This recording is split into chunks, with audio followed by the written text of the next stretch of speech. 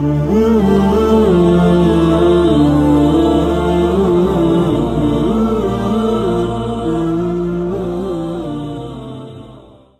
waka ka batur-batur heula urang bae ku arieu ti mimiti balik tarolah memeh balik mata manggeus eueuh aturan-aturanna guer mukalaf karana ti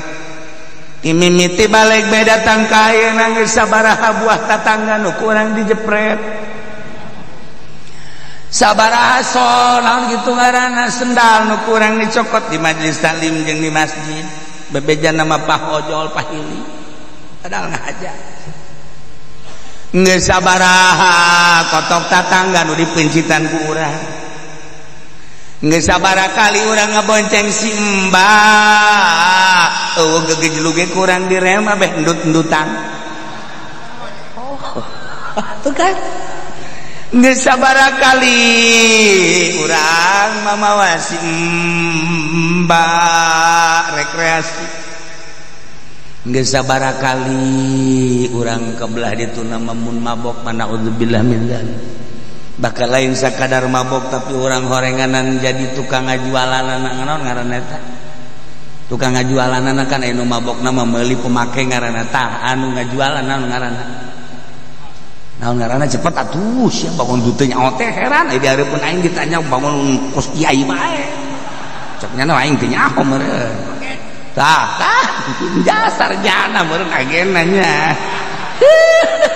aya potongan nya mata kos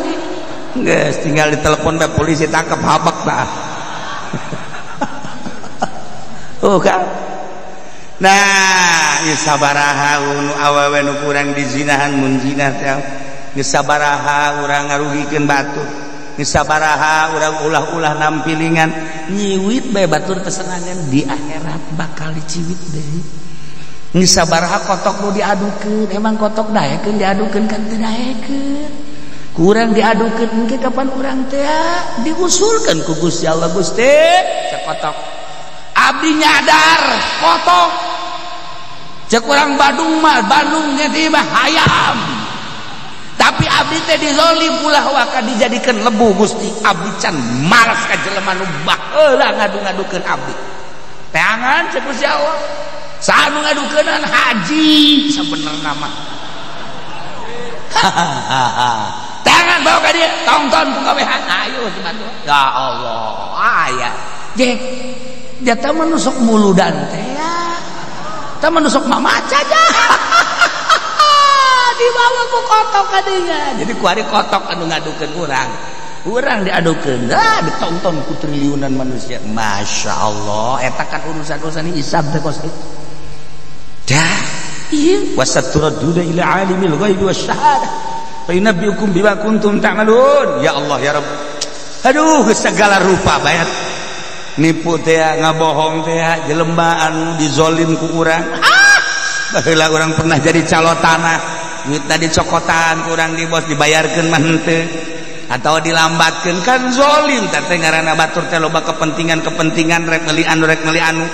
jadi tanyakeun ka bos mah kan geus bayaranna horeng nyangkut dicalo ke saknyana sagedeung deui ke saknyana sagedeung deui diratur bo saknyana datang adanya ke Senen datang dek ke Rebo datang dek ke Senen oh bonen aya bener jadi lembur bonen gua ari tah ieu zalim Masya Allah karim encan deui urusan anak-anak nuntut urang mah cenah keur ditungtut jol anak naon deus sia ye ulah ka neraka gara-gara teu dididik ku abah ye ieu kula bade kuntut ka abah bae lantaran kula teh dipasantrenkeun ku abah teh haju teu nyaho ka pangeran teu nyaho ibadah gara-gara abah geus kula mah terhijo ka jeung boga ka neraka lamun teu bareng jeung abah malaikat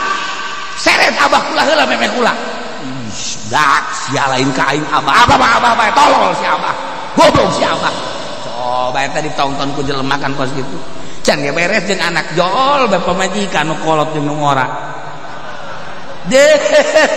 ieu lalaki hidung belang ya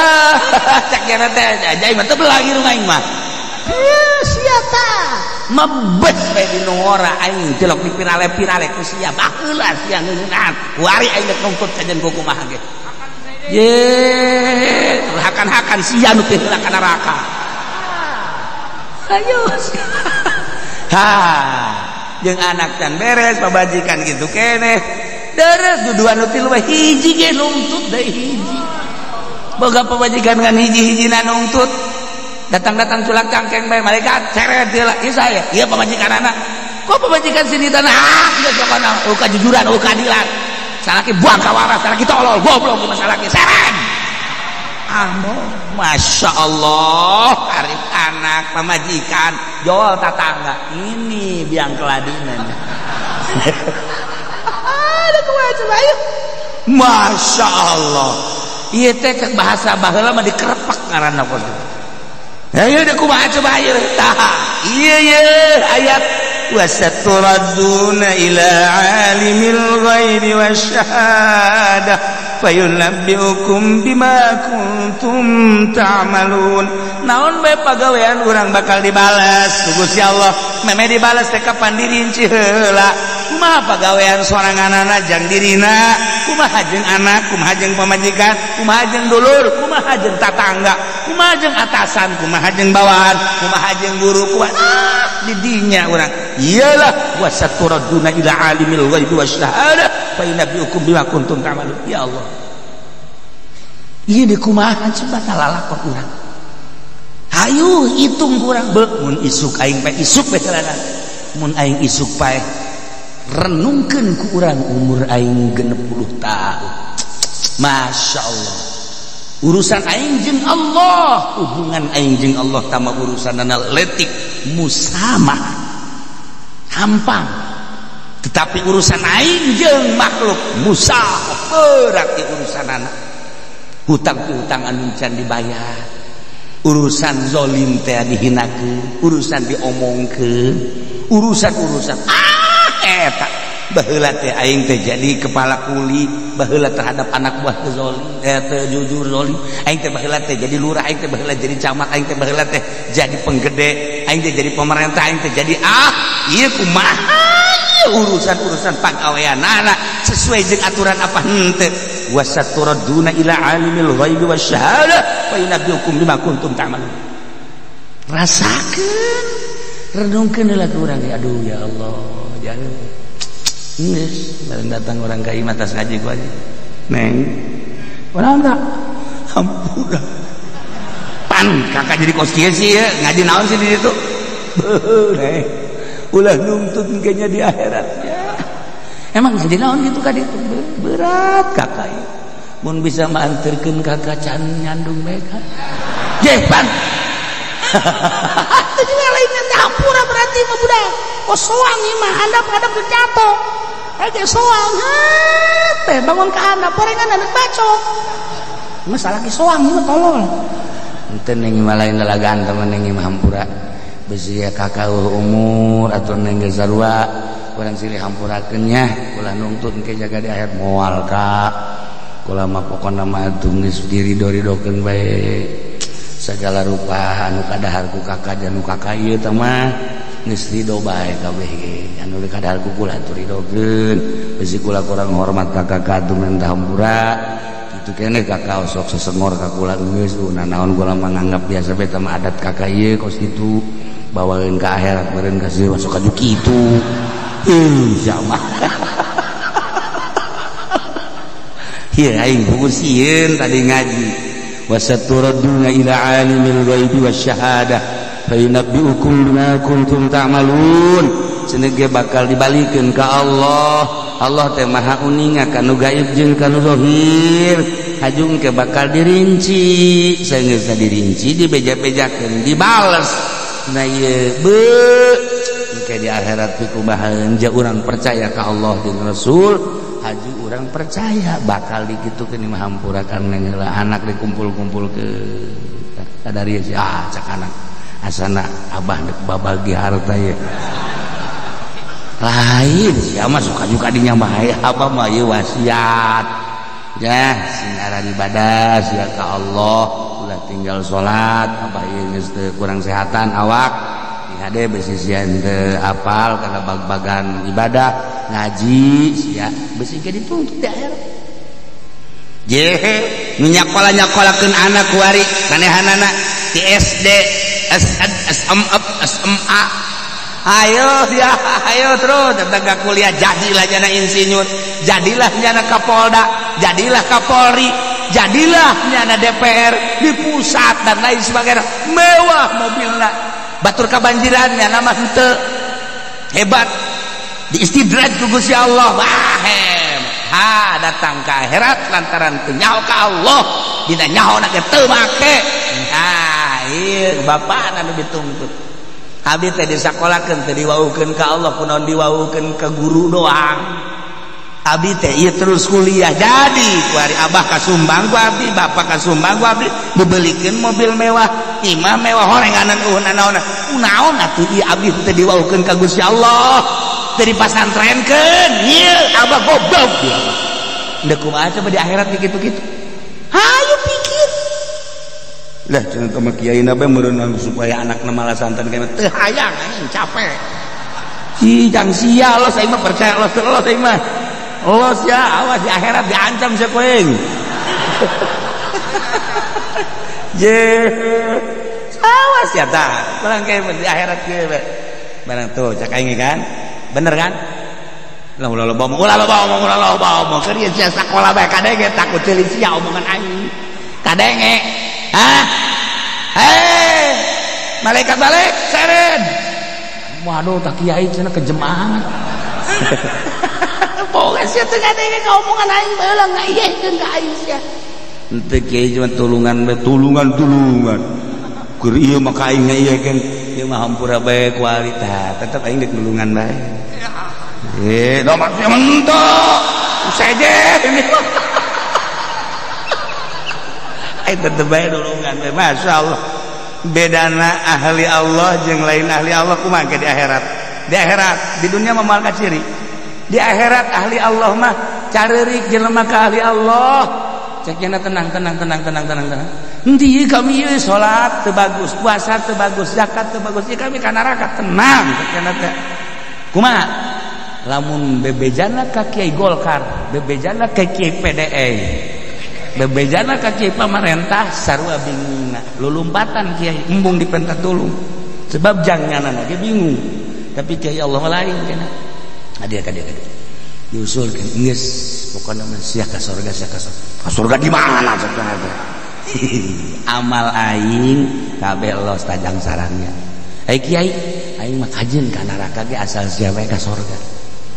bakal Kiai Allah kitu bakal tah los ya amal aing bagi-bagi ku sia kabeh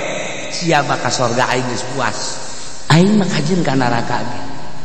kan usul kabeh kan ka Allah Gusti abdi teh ye boga amal joreh haju ka surga menang ti mana pamere ti kiai anu aing nyanana mah bae aku kami diperebutkeun amalna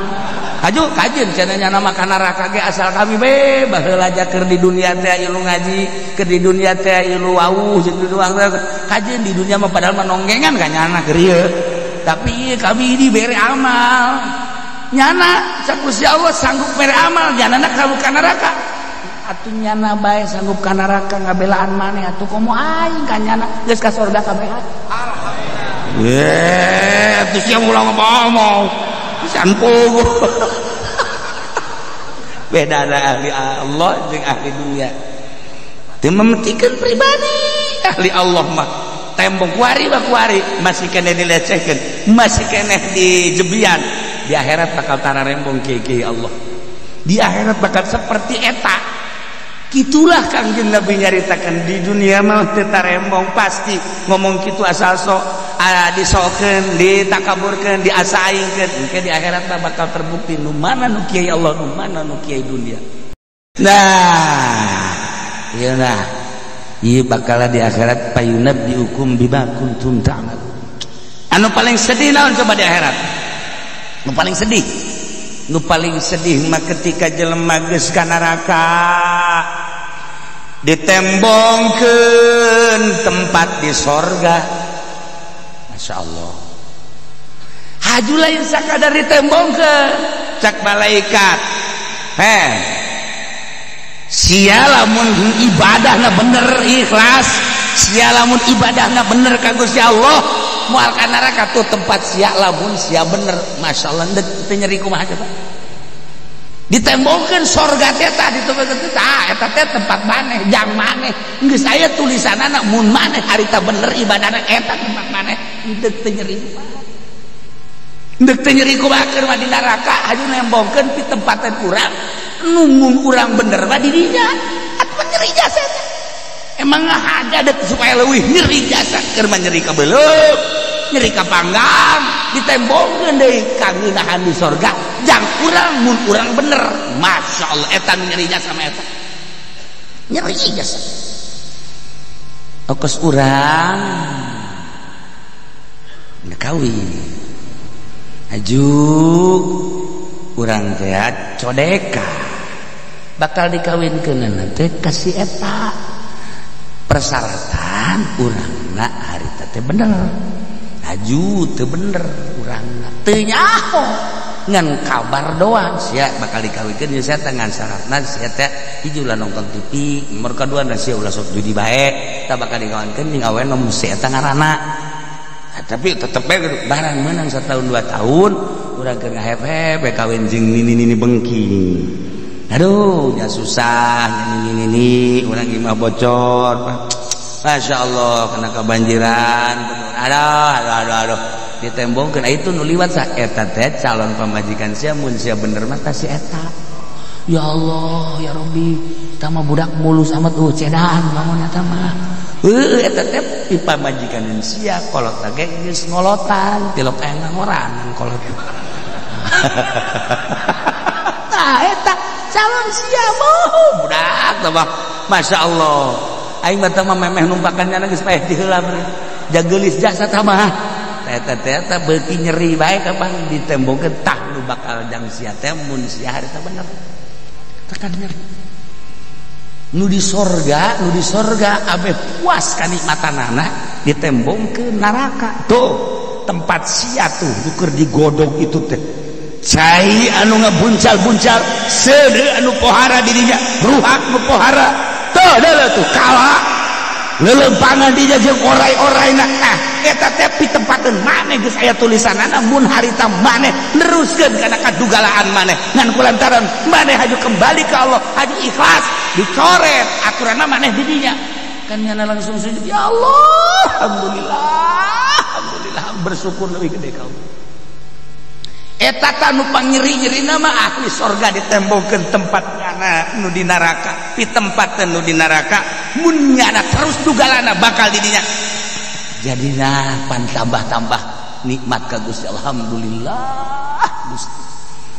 nu di neraka ditembongkeun sorga tah tempat maneh tulisanana jang maneh lamun maneh bener harita tah dinya kulantaran maneh haju teu bener di ka neraka ya Allah nyeri luar biasa eta nu panyeri-nyeri nama iyalah fayudabbiukum bima kuntum ta'malun aya deui wa akharun